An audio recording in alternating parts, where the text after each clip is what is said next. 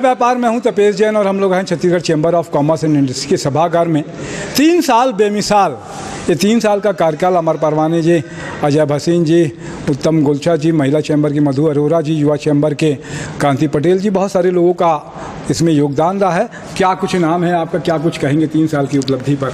जी जय व्यापार साथियों, मैं विकास आहूजा, कार्यकारी महामंत्री प्रदेश की ओर से आप सभी को ये चीज़ बताना चाहूँगा कि हमारी जो इतनी ऊर्जावान टीम है और जिसको लीड करते हैं हमारे ऊर्जावान अध्यक्ष श्री अमर परवानी जी के नेतृत्व में पूरे प्रदेश में इतना जोरदार काम हुआ है कि व्यापारियों का बढ़ चढ़ के प्रेम हमको देखने को मिलता है, जिसके सेलिब्रेशन के तौर पे आज हम यहाँ खड़े हैं कि 10,000 से ज़्यादा व्यापारियों ने इन 3 सालों में अपना योगदान दिया, अपना रजिस्ट्रेशन कराया है।